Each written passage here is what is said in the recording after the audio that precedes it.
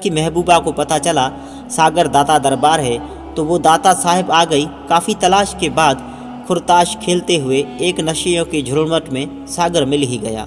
उसने सागर को अपने साथ चलने को कहा और ये भी बताया कि मुझे मेरे खावंद ने हाथ तक नहीं लगाया और हमारी दास्तान मोहब्बत सुनकर मुझे तलाक दे दी है।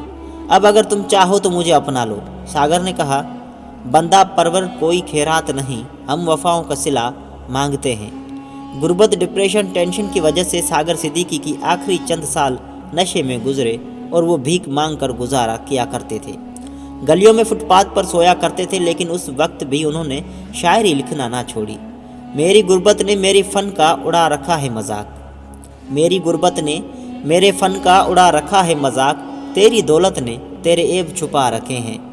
ज़िंदगी जबर मुसलसल की तरह काटी है, ज़िंदगी जबर मुसलसल की तरह काटी है, जाने किस जुर्म को पाई है सज़ा याद नहीं।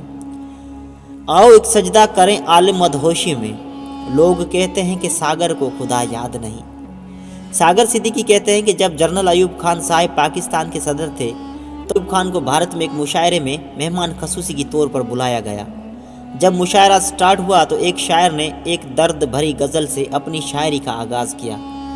जब वो शायर शायरी करके फारिग हुआ तो जनरल साहब उस शायर को कहते हैं कि मोहतरम, जो गज़ल आपने स्टार्ट में पढ़ी बहुत दर्द भरी गज़ल थी, यकीना किसी ने खून के आंसुओं से लिखी होगी।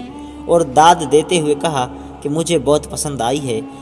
तो वो शायर बोले, जनाब आला, इससे बड़ी आपके लिए खुशखबरी और हैरत की बात यह है कि इस गज़ल का खालिक, इसको लिखने वाला लिखारी यानी शायर आपके मुल्क पाकिस्तान का है। जब जनरल साहब ने ये बात सुनी तो आप दंग रह गए। इतना बड़ा हीरा मेरे मुल्क के अंदर और मुझे पता ही नहीं। जब आपने उस शायर से उस गज़ल की लिखारी यानी शायर का नाम पूछा तो उसने कहा, जनाब आला, इस दर्द भरी शायरी को सागर सिद्दीकी के नाम से याद किया जाता है। जब जनरल साहब पाकिस्तान वापस आए और सागर सिद्दीकी साहब का पता किया तो किसी ने बताया कि जनाब आला वो लाहौर दाता साहब के करीब रहते हैं। तो जनरल साहब ने उसी वक्त अपने चंद खास आदमियों पे मुश्तमिल वफद ताइफ के साथ लाहौर पहुंचा और उनको कहा कि सागर सिद्दीकी साहब को बड़ी इज़्ज़त व तकरीम के साथ मेरे पास लाओ और कहना कि जनरल अयूब खान साहब आपसे मिलना चाहते हैं। जब वो भेजा हुआ वफद लाहौर पहुंचा तो उन्होंने अपना तारुफ न करवाते हुए दाता दरबार के सामने खड़े चंद लोगों से शायर सागर सिद्दीकी की रिहाइश गाह के मुतल्लिक़ पूछा।